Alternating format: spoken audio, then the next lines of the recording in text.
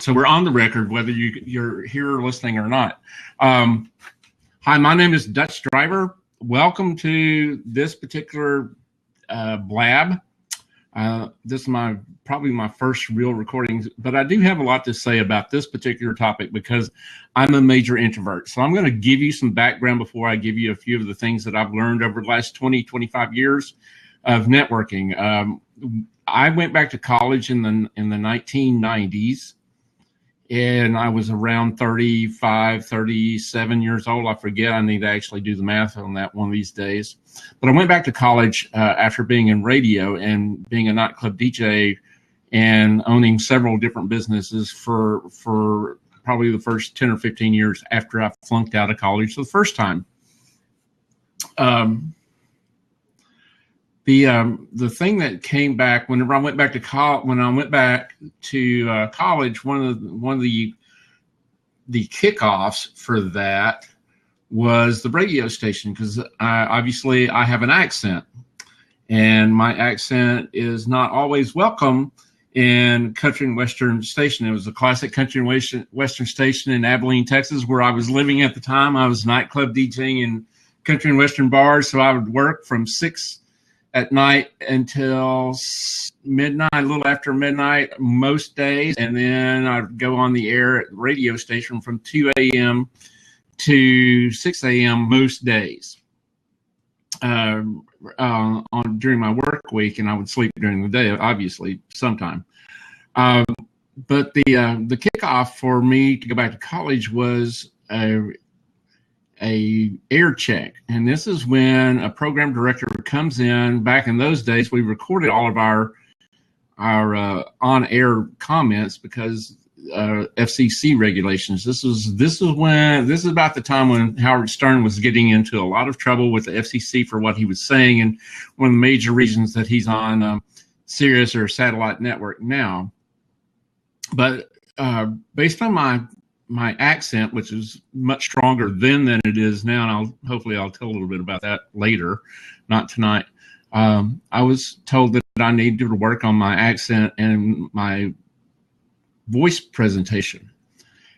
So I went to the library, and the library started me on about an 18-month odyssey of reading a lot of books, a great deal of books. I always knew that I wanted to go back to school, but I hadn't done it. So as I was going through, I noticed that I was reading a lot of communication books, and I found out that I was really bad at communication. So that helped me decide my major. I majored in communication. My minor was in psychology because I love psychology even to this very day. And I read more psychology than I do communication books for some reason. But anyway, one of the things that I learned that one of my communication problems was that I was introverted. I didn't call it that because I didn't know the term back then, but I knew that what was going to make me successful was to be able to speak in public more than I did. And you'd think being a nightclub DJ would have helped me. It helps me with the microphone and all that kind of stuff, but getting out and working with a crowd that's actually watching you is a very intimidating thing. One of my jobs was door-to-door salesman, and I remember going in and making the first sales call, and Flop Sweat hit tremendously hard. I almost quit, but I somewhere found the courage to go back and do it again until it was at least comfortable. And I never made that much money at it, but at least I could talk for 2 or 3 hours and bore the people that are on my sales call to death, I'm sure. That sets you up. As I went back to college, I had the communication. So I had to break out of this. You can't do it cold turkey. It's different. You have to build up your skills to do that. So the communication skills did that. Charlie B, can I ask you a couple of questions? I'm just giving a little background right now of how I got to where I am now. So let me see if I can recall my thoughts. I had little skills to build up to be more extroverted than I had been in pretty much my entire life, particularly with strangers, because that was a sticking point to be able to get out there and talk to strangers. And that's a skill that you have to have in networking. So you have to learn how to relate to people. So several of the different little exercises I would have, I had one that I stole from Bill Cosby back when he was a respected American. And he has a bit where he talks about practice smiling in a mirror. So he's got this whole bit. I'm not going to try to go in and mock what he did, but one of the things that I would do as I was walking across campus after I got back to college was try to get people to smile at me. And what I was told is my pleasant face was deemed to be a smirk or aloof or any of those things. So you have to learn how to engage with people, and most people, even the introverts, misinterpret my pleasant nature into being standoffish, aloof, or apathetic, and that's not the case. I'm usually a fairly engaged listener. So as I went through, I would smile at people to try to get them to smile back. And what I learned is you have to put teeth in it. So if you don't put any teeth in it, it's not really a smile. So I had to learn to do this, and it's a learned thing, because more than likely the way my family was, it was. And you go back, and I always tease them that go back to the 1880s and look at the pictures back then. They had terrible teeth like I do now, and they didn't show any teeth because they didn't have these beautiful smiles that we're used to these days. I just have to do it because I'm stuck with what I got. The other things that I would do, I would talk to people in elevators. I would talk to people that I was on the commute bus at Texas A&M. Yes, I'm an Aggie. I would talk to the people on the commute bus for my apartment in grad school, just to strangers, just talk to them and actually, since you rode the bus, you got to see people on a periodic basis. But my bus stop was about probably 6-7 minutes walk from the Blocker building, and I would try to engage in conversation with people along the way. So you have to learn how to relate to people, and you do that by practicing constantly. And the mantra I had in my head back then was based on a book, and I think her name is Susan Jeffries. It's called Feel the Fear, and Do It Anyway. So it ran in the background of my mind is that if it felt uncomfortable to talk to somebody now, then go ahead and talk anyway. So that's where the elevators and talking to strangers and asking all these kinds of questions. The other several things that I would do is I would ask questions in class, because the way I figure about it now is that people will sit in class and they won't ask questions, and they may be thinking the same thing that you did. So that's several things that I learned as I was going back to school. Jump forward about 5 or 6 years later, and I was living in San Francisco, or working in San Francisco Bay Area. I lived in San Bruno and worked in San Francisco, and I got reorged out of a hospital. Okay, I didn't have that many friends, but at the time I didn't have that many friends in San Francisco. All the people that I pretty much knew lived in my apartment complex, which is about 10 or 12 people, and a lot of people at the hospital, but they were all professional connections. And when you get reorged, it's a real hard thing to manage your relationships with people after you've left the organization you're a part of. It's kind of an inside-outside type of dynamic, and it's like a symbolic death in a lot of ways, because they don't really want to connect with you.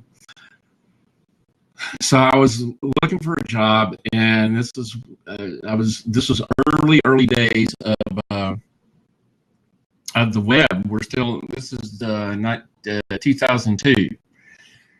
And one of the things on the web says you had to network. Well, I grew up in a very small town in West Texas, probably the population of 3,300, and probably most of those people knew who I was, and at least half of them knew who I was, because my dad owned a hardware store in town, and and mom went to church. So that's how people knew you.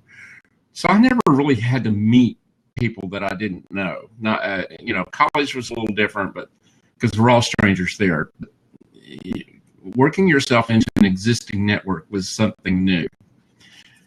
San Francisco at the time, and I'm pretty sure it probably still goes on, is a pretty high-powered networking town. I'm guessing that D.C. and New York City are probably a little bit back then were probably a little bit above San Francisco, but with the dot-com bubble going and people were not recognizing that it was busted at the time, there were a lot of people out networking. This is a skill that was alien to me, and it still is. It takes a lot of energy for me to network, and that's a part of the introvert that I have to deal with, is that whenever I go around a lot of people, it burns up a lot of energy, and I usually pay for it within the next 2 to 3 days with a lot of sleep to catch up, because I'm just drained. But the skills that I learned as I was going out and networking, I would sign up for these networking events, but quickly I learned one of the things that people will tell you with networking is, particularly as an introvert, is to get involved with the networking event or the group itself. That's not always possible. So sometimes you got to go into what I call a cold room. A cold room means I know absolutely nobody. I don't know anybody in the room. I don't have any connections with them at all. And it's one of my least enjoyed environments to go to a networking event, because at least I have somebody that feels like it's safe or non-threatening, and my vulnerability goes down, and I'm not quite so defensive. And there are several behaviors that I've learned that introverts tend to do. I'm not going to say all of us do, but I've had to learn to overcome them a little bit, and I'll talk about those a little bit later. The first event, I was going up to the City Club in San Francisco. I came in on BART from San Bruno, and I'm going up to City Club, and I literally got within 10 feet of the door, and the anxiety attack, panic attack struck. Once again, the flop sweat, and I almost turned around and walked away. But once again, people were telling me you have to network whenever you're job hunting. So I once again found the courage to go in and do that, because it's stupid. It's a thing in your head. You have to learn or just do it anyway. And once again, it's the do it anyway mentality to do that. So I went in, met a couple of people, and started networking within the San Francisco Bay Area. At the time, there were several different websites. Craigslist was big, of course, and you went to different events and met people and tried to advance your career. And I'm going to say that I didn't do a very good job of it, because I was still fairly new at it. But one of the things, besides getting to know the people at the events to help them organize, because most people don't have crowd organization skills. They have office organization skills, and they have let's see, job-related skills. But when it comes to crowd organization, they don't really understand how crowds work, and crowds work differently than one or two individuals, because you've got to herd them. And I'm going to use some metaphors that are probably going to get me in trouble, but that's how I think of it. You've got to group them together and create the group, and then group them together and create the group and get them all going in the same direction. You have to do this with very clear, direct communication. Usually I'm really loud. Obviously I have a pretty strong voice, and that'll come out sooner or later, but I have a strong voice to be able to yell and get people, do this, I need you over here, that kind of stuff. That helped a lot within the networking world, because people kind of stumble around, and I'll go into that just in a little bit. Hopefully I'll cover all the points I'm going to go a little bit on. So I would meet people, hand out business cards, and I would research this. Besides being a major introvert, I'm a major maven. If I don't really understand something, a particular skill that I have to do, and I want to do it well, I will research it. And that's kind of what you're going to get from this point forward, is the researching.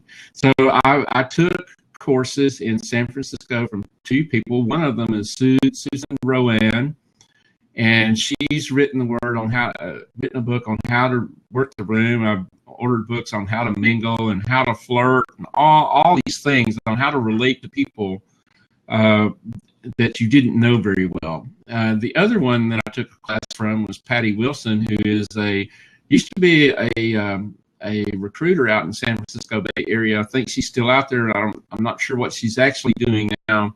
I need to check with her. Both of them, I believe, are friends of mine on Facebook, and you're welcome to join Facebook if you want. They would talk about going and working the room and being strategic about it. Okay, what these two women both advocate that you go and look at the attendee list of people who are going to be at the room, so you can strategically go out and meet the people that are there. I have very, very rarely ever been to an event that was not through social media that had an attendee list for me to look at strategically. It's just one of the things that extroverts tell you to do, but they don't provide that. That's part of their organization skills. There's a whole thing about privacy and all this kind of stuff that gets in the way, and that's one of the reasons I like Facebook events, because I at least see who's coming if the host organizer has not been a jerk and turned off the visibility and trying to keep everything private. I personally don't do that. I go to private events, but the people that are in it can see it. That there's a difference there. So as I go networking, I go around and meet people. One of the things that I noticed coming from my background in communication is, in me not liking a cold room, is I hate small talk. I hate small talk, and this is one point that I will cover a little bit later, because I did learn how to crack that code a little bit, and I need more extroverts to tell me how to do it. Than how there are other ways to do it, I'm sure. But introverts and extroverts go to networking events with different. While they may have goals, but while they go to networking events, they have different ways of networking. Extroverts go in typical. I'm talking about typical, not about every single one of them. But extroverts go in with a particular mindset that they're going to meet a lot of people because they enjoy meeting people. That's how they thrive through their day life. And the more people they meet, the happier they are.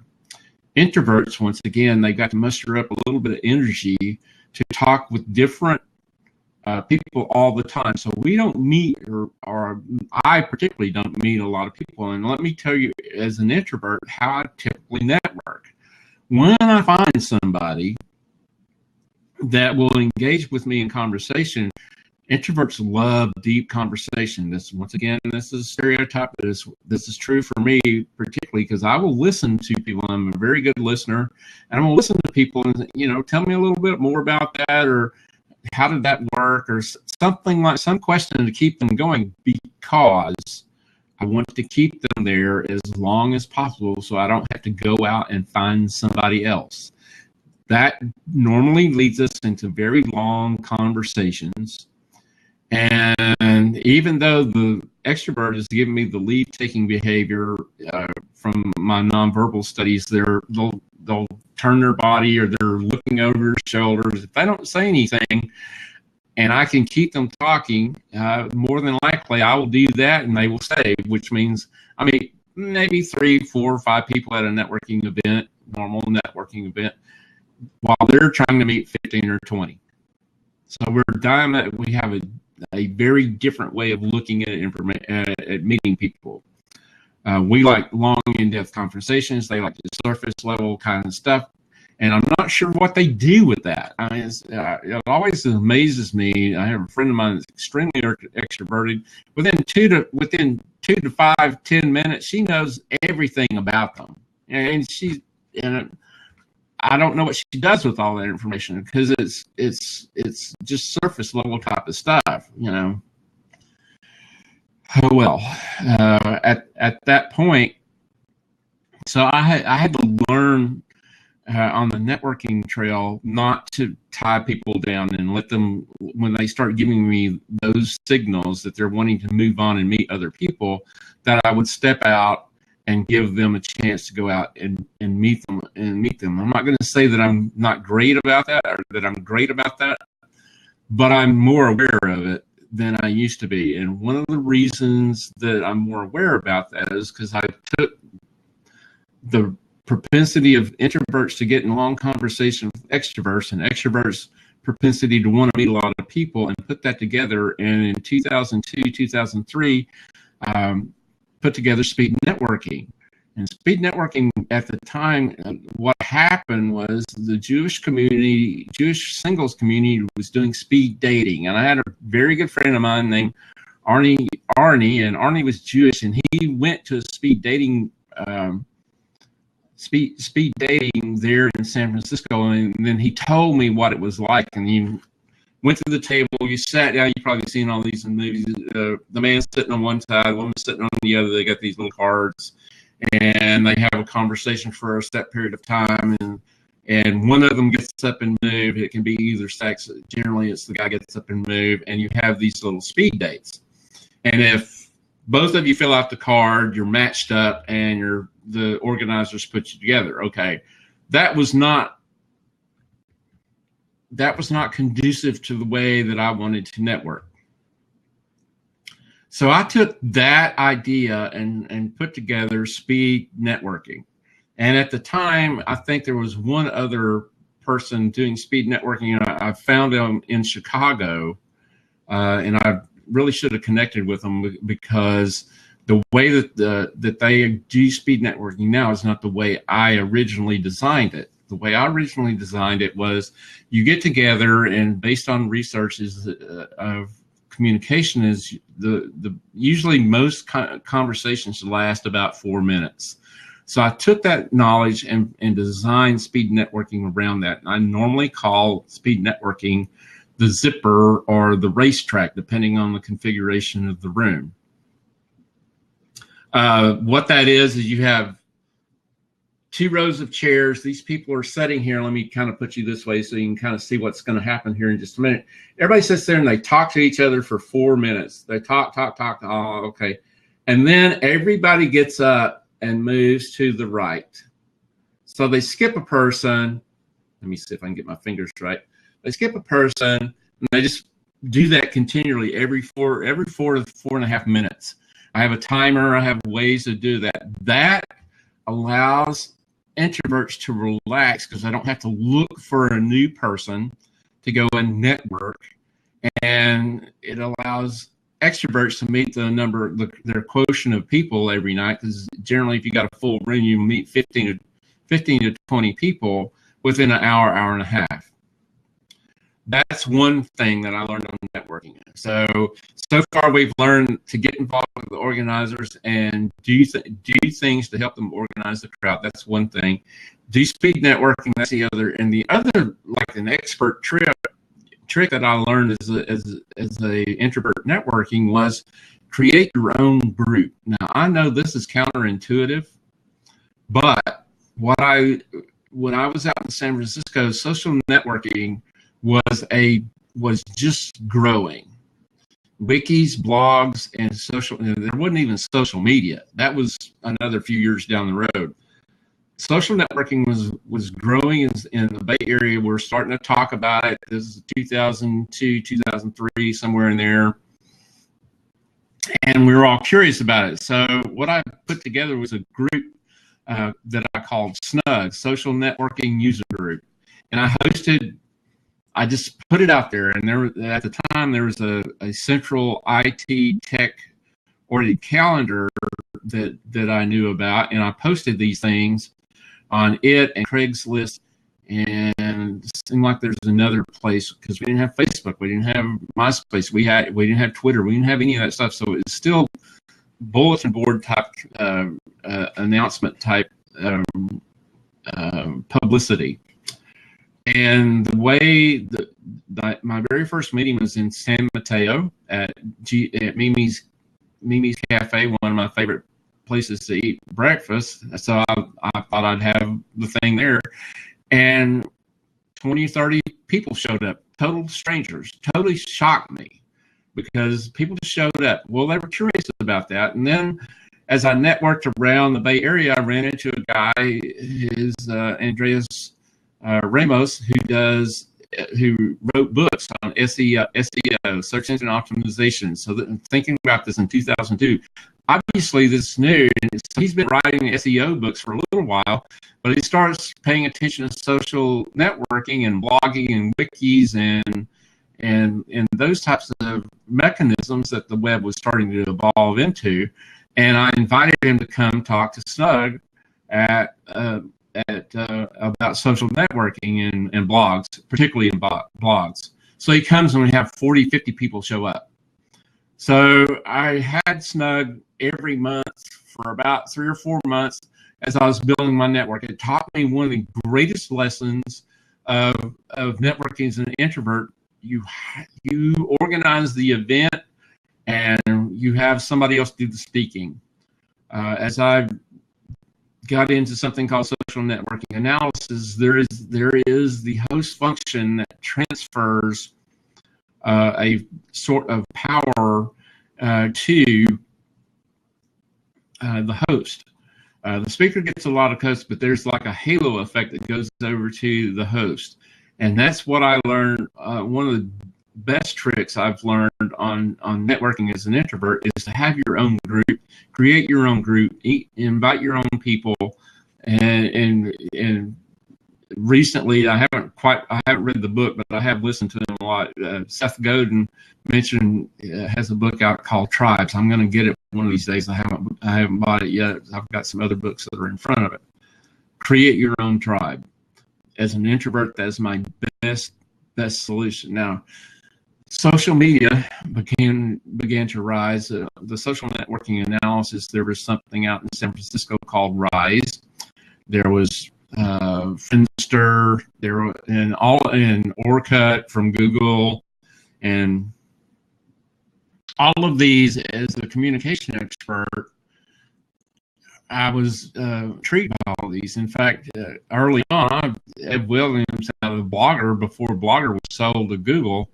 I'd contacted him at least once. I didn't know what the heck I was doing and probably ticked him off, but at least it was an early adopter.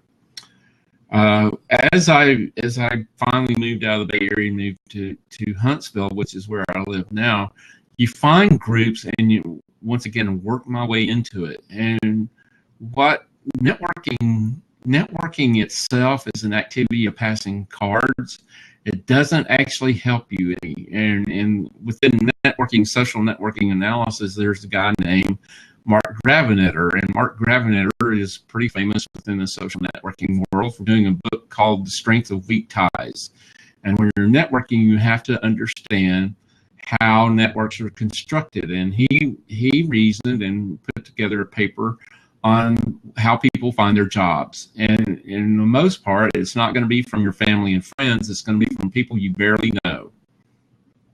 And that's kind of how the social web has worked, is people you barely know and they pass you along. Okay, that is not true with a tight tie, a strong tie network.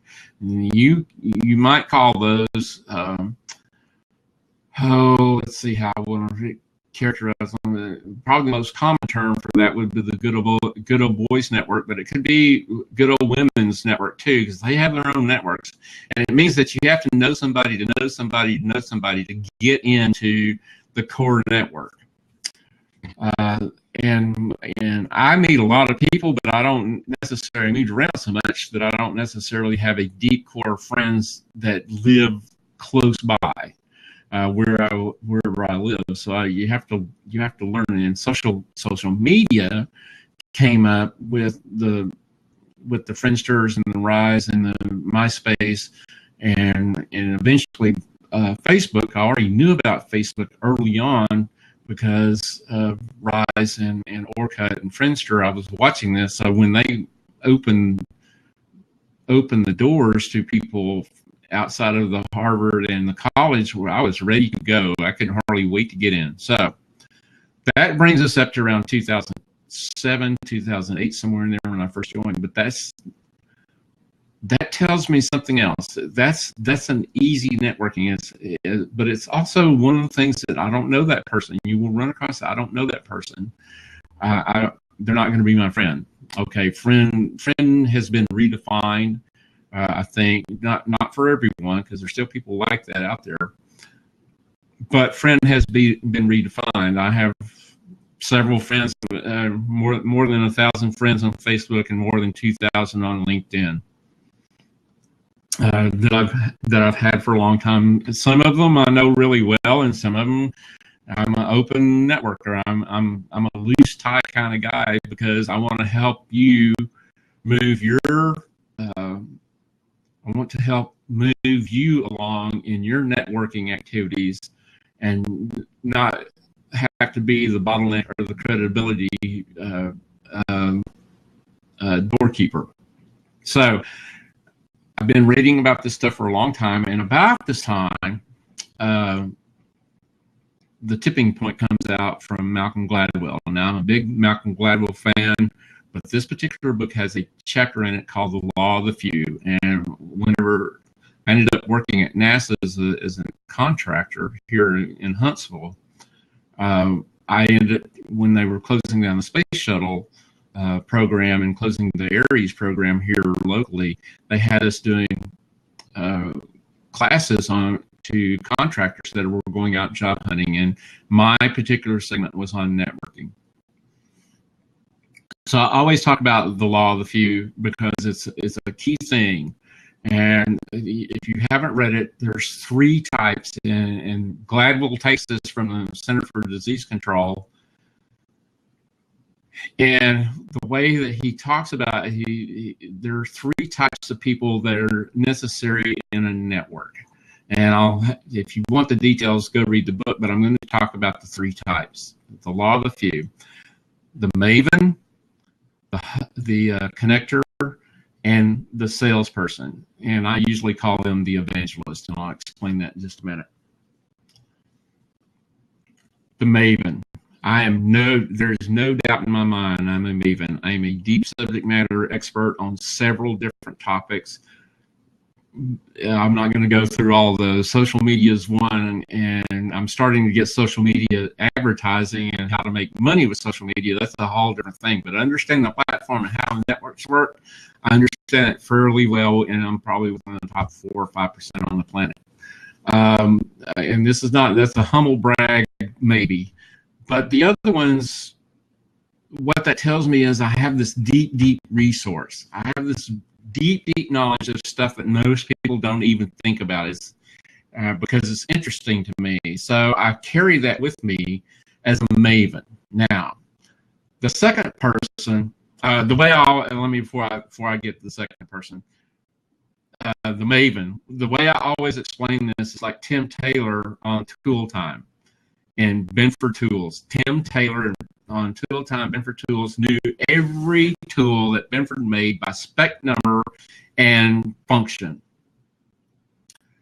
That's the maven mentality. That's the maven, because he knows that's the guy. It will refer somebody to, if you're going to Lowe's Depot, you're getting a skill drill. Okay, don't get the skill drill model 365. Get the 368, because I just read Consumer Reports, and Consumer Reports said the 365 has a sticky trigger. So you don't want that one. You want the 368. Nearly everybody knows that guy, and probably the more common term for us are geeks or nerds. It depends on how you define those, but they have both of those types have maven in their blood, and they just do it in different ways. The second type is the connector. The connector type is the person who connects people to people. I'm a connector in a different area, because I connect people to ideas. That's one of my networking gifts, I guess, is once I find out what their interest is, they will start getting links. I'm almost like a human Google machine for my friends. Now, I'm starting to learn that they don't read any of these things, but it's still how I let them know that I'm thinking of them and I'm trying to provide value to them by sending them links. So back to the connector. The connector is somebody that hosts coffees. You will have them all their friends come, and it's where you hang out. It might be that in your neighborhood. It might have been where all the kids hung out because their mom was a connector, or the kid was a connector, because they pull them all together. They want them all there. There's some psychological stuff that goes along with that on personality types, but in the meantime, they like to be in the middle. And the one that I think about is a friend of mine who's passed away now, was probably one of the best connectors that I've ever known as far as job search, because she watched job boards here locally and would call people up and say, hey, I just saw the position. You might want to apply for this. And she did this for her circle of friends all the time. I mean, it's how she stayed in the know of what's going on. The third type is the salesman, but what I call the evangelist. And the way that I describe this particular type is you're rebuilding your house. Well, you want to get hold of Dutch. Dutch is the best carpenter. You cannot do it without getting hold of Dutch. And that's me. I'm using myself as an example. These are people who will promote you to everybody else. And to tell you the truth, I've only run across two. One of them's recent. One of them was at NASA whenever I was there. And it was such a shock. I've never had anybody like that, and I really had to get used to him, because you just weren't used to people promoting you. It's been a hard scrabble life as far as that goes. I was a little bit of self promotion, and have somebody actually do that for fun.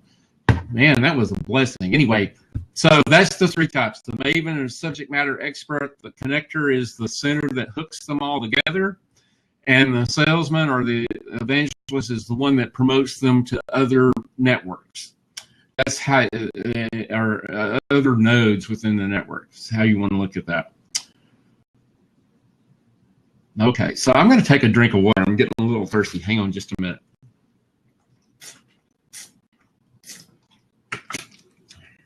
Okay, so I see that Aaron, you can hop in. Charlie, you can hop in. Philippe, you can hop in. I'm totally ready to answer questions, because this is a little bit much for my introverted self to be able to talk this long without an interruption. So it's always great to talk to people. Please jump in if you want to. Okay, as we move along, we're getting to the social media era, and in particular with Facebook. Locally, when you network, I always have a crutch, or I do now. My crutch when I'm truly networking now is my camera.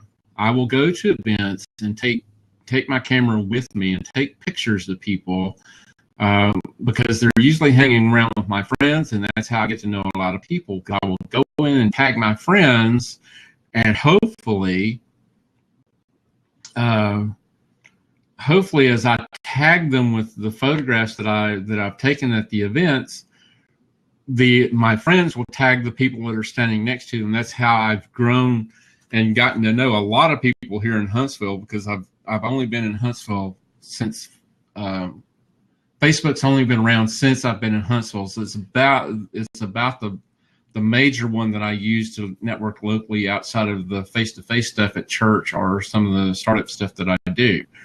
Taking pictures as an introvert allows you to goof around with people and tease around, and it's a crutch. It's a conversational crutch. My friends know me, and they know that's what I do.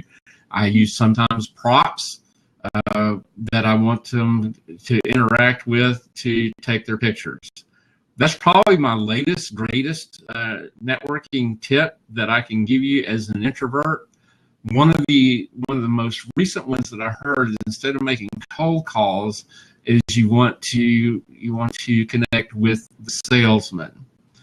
The best salesman in the company knows the company better than the CEO, and so you want to connect with him because the salesman will probably promote you better than the CFO or the CMO or the HR person. For some reason, here in Huntsville, it doesn't seem to work that way. But I'm hoping that the salesman will promote you. So we're in social media world. So there's tweets, there's Twitter. I use Twitter, have for a long time, have used for Facebook. I've got Pinterest and Instagram. I'm terrible at both of those. I do Pinterest a little better. My camera's so crappy, I don't do Instagram. But each of these help introverts interact with extroverts in a way that's not threatening to them. So take advantage of those methods and connect with people. And I normally will connect with people and set up one-on-one coffees because it's less stress on me. I can handle one-on-one crowds all day long. It's the easiest thing for me to do. I encourage you to do that. You send them an email, or you send them a tweet, or you send them a Facebook connection request. I don't send too many message requests with people that I'm not connected with, because most people don't check the other folder, which is where those things go. Even I don't do it very often, and I know about it. Let's see, any other? I'm guessing I'm winding down because I was really hoping more people would jump in here and I wouldn't have to do a diatribe and we'd have a conversation. So if you got questions about introvert networking, come in and give me your problem. And as a communication, of what I've been saying recently is a communication genius, because I do a lot of communication genius type stuff. You might want to jump in and let me know what your problem is, and maybe I can give you a solution that will get you around that particular problem. So I'm going to open it up to questions before I close down the recording. Or would you prefer if you type in over here on the side and type in a question, I'll read it that way?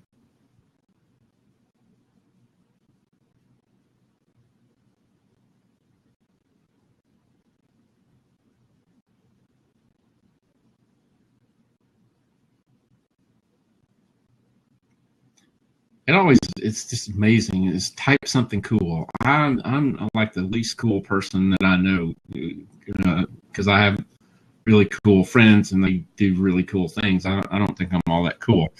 I just happen to be an early adopter on a lot of stuff, so I get on the front edge or everything. I just don't know what to do with it. Okay, so I want to thank you all for coming. I'm going to close this up and put it up there and post the thing and see how that worked. And this is really my longest lab so far. Wow, that's a long time. I'm actually surprised I was able to talk that long and that structured. But I've done this a long time. I've been networking and becoming an adapted extrovert for a very long time. I have a lot more stuff to go behind this, but I'll stop here and thank you all for attending, and go ahead. If there's no questions or nobody wants to jump in and ask a question, I'm going to go ahead and shut this one down and go off and get something to eat. Thank you very much for attending. I hope you enjoyed the chat and hope you picked up something. If you don't, you know how to find me on Twitter, and I'm not hard to find on Facebook. Dutch Driver, pretty easy guy. Thanks a lot. I appreciate it. Thank you.